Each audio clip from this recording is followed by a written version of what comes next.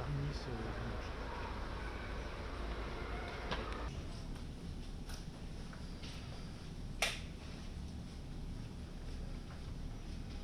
Il n'était pas allongé au fait. C'est ça, hein? Tu vois, ça c'est joli ça. Ça on peut l'utiliser, je pense. Regarde. Ça, je peux l'utiliser. Oui.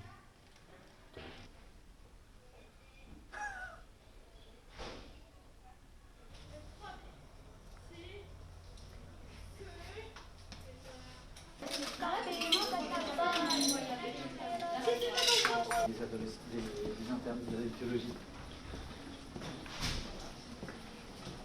Oui, on a une augmentation qui est vraiment majeure, dans le cas des tentatives de suicide chez 15 ans et moins. On observe une augmentation depuis septembre, à peu près de 100%. C'est-à-dire que, disons qu'habituellement on en avait une vingtaine par mois, parfois on en a 40 maintenant. Donc c'est vraiment un phénomène vraiment majeur depuis septembre. Donc, les premiers signes probablement c'était juillet et août, mais c'était difficile de dire qu'il y avait une augmentation. Et là effectivement depuis septembre, on a eu 200% d'augmentation en décembre et on a encore 150% en février. Donc vous voyez que cette crise, c'est pas simplement une crise de l'hiver ou une crise d'un rattrapage d'une situation qui n'aurait pas eu lieu cet été. C'est vraiment, il y a vraiment un effet tout à fait spécifique de l'impact du Covid sur la santé mentale des enfants.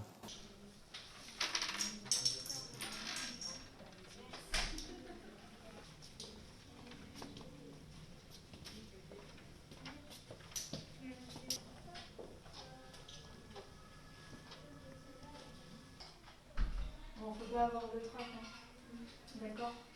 Ça va? On ne s'est pas encore vu ce matin, hein, parce que quand j'étais prise, etc. Nous, les jeunes dont on s'occupe sont en moyenne âgés entre 8 et 12 ans. Et donc on a eu plusieurs situations d'enfants qui ont pu dire à partir du printemps dernier, au moment du confinement, soit j'ai eu des préoccupations autour de mon alimentation, soit j'ai commencé à me trouver trop gros, j'ai commencé à avoir des préoccupations corporelles, j'ai commencé à faire beaucoup de sport parce que je voulais maigrir. Et en même temps, d'autres qui ont pu nous dire moi, j'ai bien compris que les recommandations, c'est qu'il faut bouger et faire du sport. Mais avec le confinement, je ne pouvais plus faire mon sport.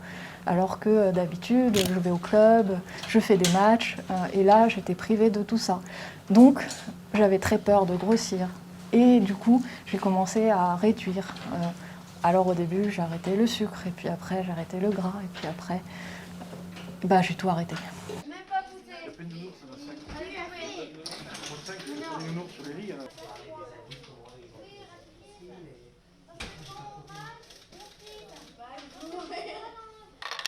Ça filme? Tu peux jouer, Nico.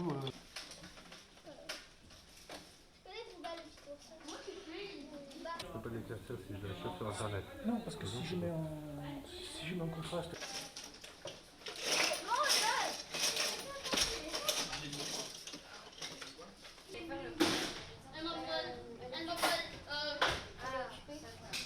Évidemment, si vous voyez un enfant qui lui dit, je sais pas, tennis ici tous les week-ends et il part acheter.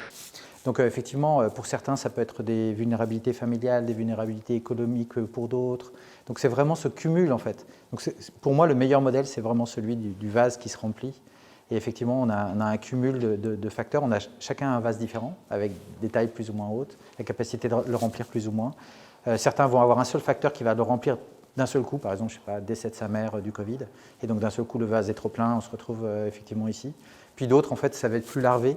Ça fait, on ne fête pas son anniversaire, on n'invite plus ses grands-parents, on ne peut plus aller au judo où on allait, et donc il y a une accumulation petit à petit très insidieuse, et effectivement le vase va quand même se remplir.